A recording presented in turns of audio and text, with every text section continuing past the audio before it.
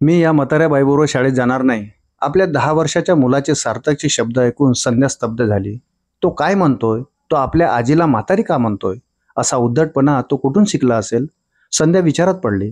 तेवढ्यात सार्थकचे काका बाजूच्या खोलीतून बाहेर आले आणि विचारले, काय झालं बेटा? तेव्हा सार्थक म्हणाला, काही झाले तरी मी या म्हातारीसोबत शाळेत जाणार नाही. ती मला नेहमी शिव्या घालते. माझे मित्र माझी चेष्टा करतात. घरातल्या सगळ्यांना आश्चर्य वाटलं. संध्याचा नवरा, 2 भाऊ आणि वहिनी, नणद, सासरे आणि नोकर देखील. सार्थकला शाळेत सोडण्याची जबाबदारी आजीची होती. तिचा पाय दुखत असे, पण तिने कधीही तक्रार केली नाही, कारण तिच्या नातवावर तिचे खूप प्रेम होते. तो कुटुंबातील पहिला नातू होता. पण अचानक सार्थकच्या तोंडून त्यांच्यासाठी असे शब्द ऐकून सर्वांनाच आश्चर्य वाटले.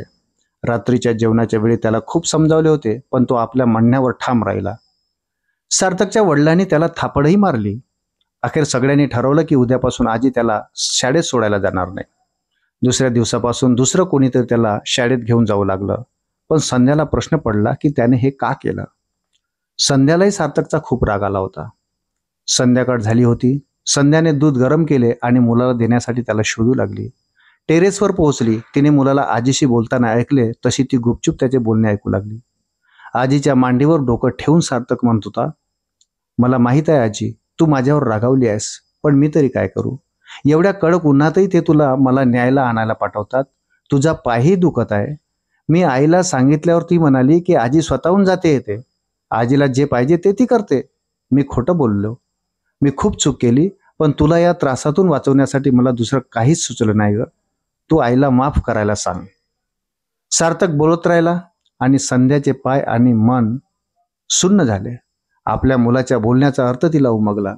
घरातील कोणालाच न समजलेली गोष्ट त्या 10 वर्षाच्या मुलाने करून दाखवली. संध्याने धावत जाऊन सार्थकला मिठी मारली आणि म्हणाली, नाही बेटा, तू काही चुकीचे केले नाहीस. घरातल्या सर्व सुशिक्षित मूर्खांना समजावण्याचा हा योग्य मार्ग होता. शाब्बास बेटा, शाब्बास. मित्रांनो, सांगण्याचं तात्पर्य हेच की घरातील वडीलधारी मंडळी म्हातारपणी झाडासारखी असतात, ज्याला फळ येत नाही पण सावली मिळते. आपली नवीन पिढी आपल्याला पाहून शिकते, म्हणून आपण त्यांचा आदर केला पाहिजे. मित्रांनो, व्हिडिओ कसा वाटला ते कमेंटमध्ये जरूर कळवा. आणि आपण जर माझ्या चॅनलवर नवीन असाल तर कृपया माझ्या चॅनलला सबस्क्राईब करायला विसरू नका. भेटूया पुन्हा दुसऱ्या व्हिडिओमध्ये. तोपर्यंत धन्यवाद.